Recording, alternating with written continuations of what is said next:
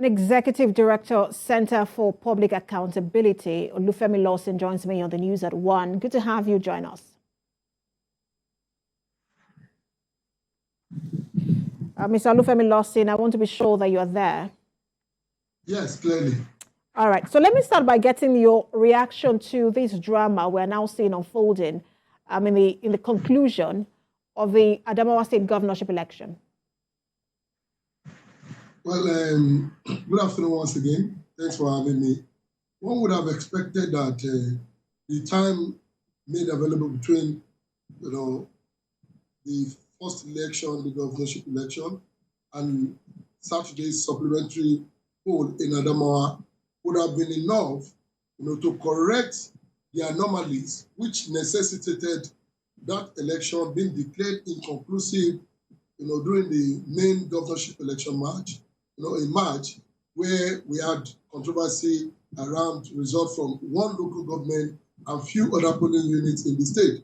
But unfortunately, what we witnessed on Saturday indicated that those actors that necessitated what happened during the first election were still very much active and were at play. And that is why what ordinarily should have been concluded on the night of Saturday, when that election held, has dragged into 72 hours or thereabout after, because of the desperation on the part of some politicians to win this election. It's very unfortunate that Adamawa is being used to set another terrible example for elections in Nigeria. We had thought that scenarios like this were going to be last witnessed during the inglorious days of Maurice Iwu, and the ENEC of them. But unfortunately, what Nigerians complained about on February 25th and the experiences of the March governorship and state house of assembly elections became worse with what has been demonstrated by politicians in connivance, unfortunately, with election officials in Adamawa State on Saturday. Mm. And, just from the March the 18th election, we saw the pressure, as it were, on the returning officer. It took quite a while, like hours, to even announce the results of the Fufore local government election. And one would have thought that this particular supplementary election would have put to rest all of that pressure and all of that drama we saw.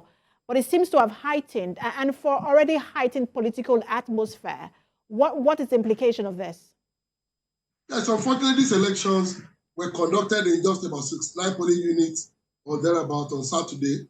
And just like you said, in what happened on Saturday now, it seems practically like the returning officer, who is statutorily empowered to declare a winner in this election, is now nowhere to be found. After the 10 local government results that were brought in on Saturday before the suspension of collation, he has gone into hiding. There's no statement or whatsoever or appearances from the returning officer. Now, a rec, who ordinarily does not possess the power to do the job of the returning officer, have appeared on the scene to take over the role of the returning officer. And that is a recipe for anarchy, because the man empowered to do this job seems to be nowhere to be found. The man who is like a supervisor for the election, being the rec in the state, is now assuming an authority which ordinarily should not be his. It tells you that the electoral officials in Adamawa State have allowed themselves to be compromised, particularly by the major political actors in this election. And that is why we are experiencing this stalemate. Mm.